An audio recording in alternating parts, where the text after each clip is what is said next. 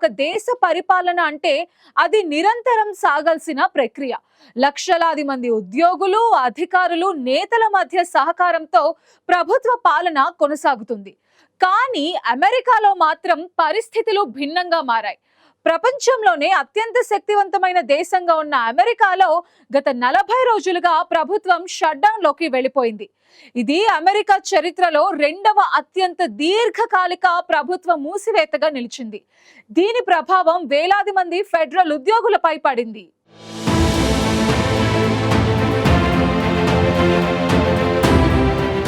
అమెరికాలో ప్రభుత్వ ఖర్చులన్నీ కాంగ్రెస్ ఆమోదించే బడ్జెట్ను బట్టే నడుస్తాయి. ఆ బడ్జెట్పై పాలక పార్టీ, ప్రతిపక్షం మధ్య అంగీకారం లేనప్పుడు ప్రభుత్వానికి డబ్బు రావడం ఆగిపోతుంది. దీంతో చాలా శాఖలు మూతపడతాయి. ఉద్యోగులు జీతాలు లేకుండా ఇంటికే వెళ్లిపోతారు. దీన్నే షట్ డౌన్ అని పిలుస్తారు. అక్టోబర్ 1 నుంచి అమెరికా ప్రభుత్వం షట్ డౌన్లోకి వెళ్లిపోయింది.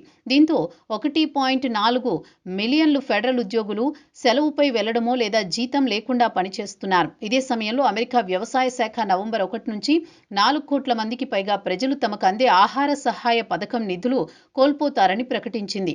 అదేవిధంగా WIC women, infants and children's పథకం కింద ఉన్న 6 మిలియన్ల మందికి పైగా మహిళలు, పిల్లలు, ముఖ్యంగా 41% అమెరికా శిశువులు ప్రభుత్వ సహాయం కోల్పోయే ప్రమాదంలో ఉన్నారు. వేలాది ఫెడరల్ ఉద్యోగుల కుటుంబాలు జీతాలు లేక అల్లాడుతున్నాయి. అమెరికా ఫిస్కల్ ఇయర్ అక్టోబర్ 1 నుంచి మొదలవుతుంది. సెప్టెంబర్ 30 ముందు కాంగ్రెస్ బడ్జెట్ ఆమోదించాలి. కానీ రిపబ్లికన్స్, డెమోక్రాట్స్ మధ్య ఒప్పందం కుదరలేదు. Republicans spending cuts, border security funding కోరుతున్నారు. డెమోక్రాట్స్ హెల్త్ కేర్ సబ్సిడీలు, సోషల్ ప్రోగ్రామ్స్ ఎక్స్టెండ్ చేయాలని డిమాండ్ చేస్తున్నారు. దీంతో సెప్టెంబర్ 30 నుంచి అమెరికాలో షట్ డౌన్ మొదలైంది.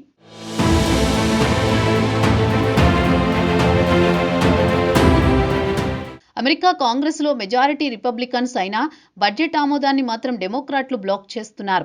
దీంతో దాదాపు 1.4 మిలియన్ల మంది ఉద్యోగులు జీతాలు లేకుండా పోయింది.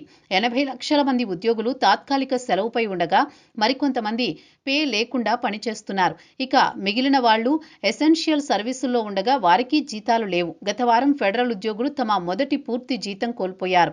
ఇప్పుడు అదే పరిస్థితి సైనిక కుటుంబాలపైన రాబోతోంది. ఈ నెలాఖరుకి మిలిటరీ కుటుంబాలు కూడా జీతం పొందకపోవచ్చని అంచనా వేస్తున్నారు. సాధారణంగా అమెరికా ఆర్థిక వ్యవస్థ రోజు వేల కోట్ల డాలర్లతో కదులుతుంది. ఇప్పుడు ఆ చక్రంలో అడ్డుకట్ట పడడంతో వ్యాపారాలు, రవాణా, ఆరోగ్య సేవలు, విద్యారంగం అన్నీ ప్రభావితమవుతున్నాయి. ఇప్పటికే దేశవ్యాప్తంగా ఫెడరల్ పార్క్స్, మ్యూజియంలు మూసివేశారు. TSA, FAAలో డిలేల కారణంగా రవాణా వ్యవస్థ పూర్తిగా అస్తవ్యస్తంగా మారింది. ఇక ఫుడ్ సేఫ్టీ ఇన్స్పెక్షన్ సైతం ఆగిపోయాయి. ట్రంప్ తొలి హయాంలోనూ దాదాపు 30 రోజుల పాటు షట్ డౌన్ కొనసాగింది. దీనికి కారణంగా 2018లో $11 బిలియన్ నష్టం వాటిల్లింది. ఇప్పుడు దానికంటే ఎక్కువ రోజుల పాటు షట్ డౌన్ కొనసాగుతుండటంతో ప్రభుత్వానికి మరింత నష్టం వాటిల్లుతుందని అంచనా వేస్తున్నారు.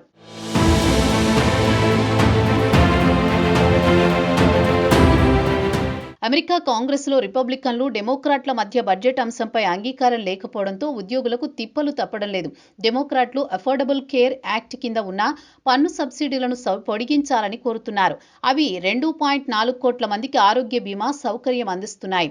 కానీ రిపబ్లికన్లు మాత్రం ఆరోగ్య పాలసీలను బడ్జెట్ నుంచి వేరు చేసి చూడాలంటూ అభ్యంతరం వ్యక్తం చేస్తున్నారు. దీంతో చర్చలు నిలిచిపోయాయి. ప్రజలు ఇబ్బందుల్లో ఉన్న వాషింగ్టన్ రాజకీయ నాయకులు మాత్రం పరస్పర విమర్శలతో సమయం గడుపుతున్నారు. అమెరికా అంతర్గతంగా ఈ స్థాయిలో సమస్య ఉన్నా ట్రంప్ ప్రస్తుతం ఇతర దేశాలతో వాణిజ్య చర్చలు జరుపుతున్నారు. దేశం లోపల సంక్షోభం ఉధృతంగా ఉన్నప్పటికీ వాషింగ్టన్, కాంగ్రెస్ మధ్య చర్చలు ఎటూ కదలడం లేదు. ట్రంప్ తీరుపై ఫెడరల్ ఉద్యోగులు ఆగ్రహం వ్యక్తం చేస్తున్నారు.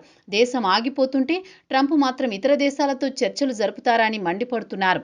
తాము పనిచేస్తున్నాం కానీ జీతం రావడం లేదని, దేశ సేవ చేస్తూనే పిల్లలకు ఆహారం ఎలా పెట్టాలని ప్రశ్నిస్తున్నారు.